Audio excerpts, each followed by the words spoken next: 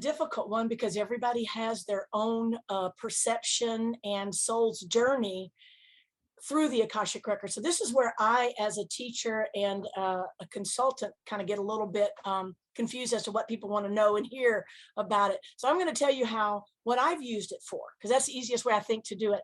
So what I've done is I have used it to enhance my creativity.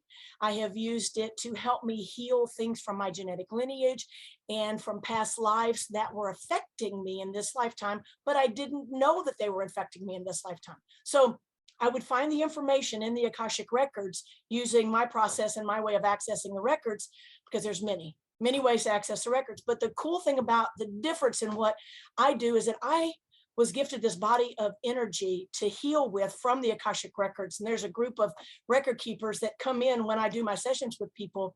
And it's been going on for years, but I didn't understand exactly what was happening. So I started to use it and name it and kind of figure out how to make it clear to explain to people. So accessing the records is amazing for the information, but the part that I do that's a little bit different, a little bit more unique, is I use this energy to help a person shift at the DNA level.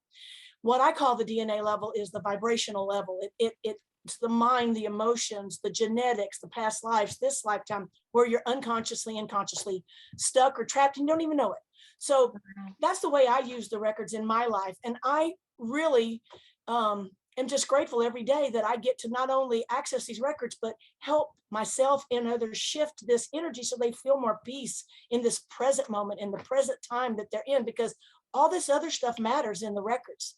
But people are not as aware of it because it's very unconscious, because, you know, there's the quantum field also too, is what they call the Akashic Records. So it's all coming in and kind of converging on what we're doing right now and in this present moment. And so it can make a person feel a little bit like, what is really going on? So people that have really big patterns that they've been working on in their life that they know and they're consciously aware of, and they go, God, I've done that before and I've worked on that. So you're consciously aware of it, but where it's trapped in your Akashic Records is what I can help you actually get to, and get these record keepers on it to help shift it so that you start to heal and feel more peace and clarity in the present moment moving forward.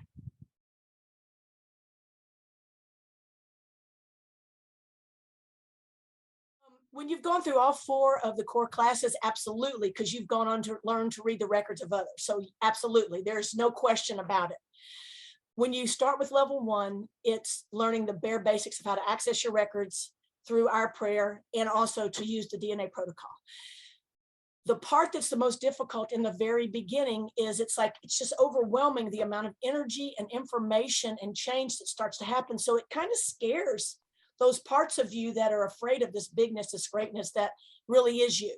So in the beginning, it may feel like, oh, I'm not accessing my records, or, oh, you know what, I'm not quite sure if I can trust that information. But as you go along in the 4 classes, level 2 teaches you how to really be empowered and move within the Akashic Records, co-creating with the record keepers in a conscious way. See, when you first start, this stuff is kind of happening and you're not comfortable with it. So it starts to make you shift and kind of go, you know, I'm not sure about this. But the more you do it, the more you practice, obviously, but the more classes that you take, you learn different techniques and ways to shift energy and co-create, collaborate, change, and heal with the Akashic Records and the information and the Akashic Connection DNA protocol.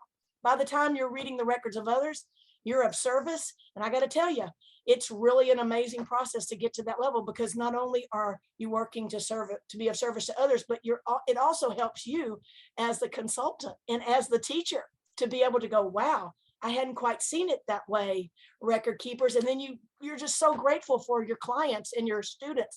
It becomes a big win-win situation, a big party, I think, in the records.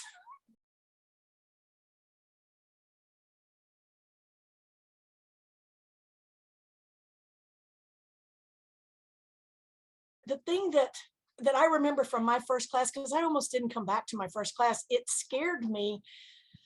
My teacher did not tell me that, you know, whatever part of you, your being, your soul, the record keepers can connect with you. Your soul and spirit teams connect with you. That's what's going to happen. So I'm very empathic, very sensitive. So all these emotions started coming up, and I was like, I'm not going to cry.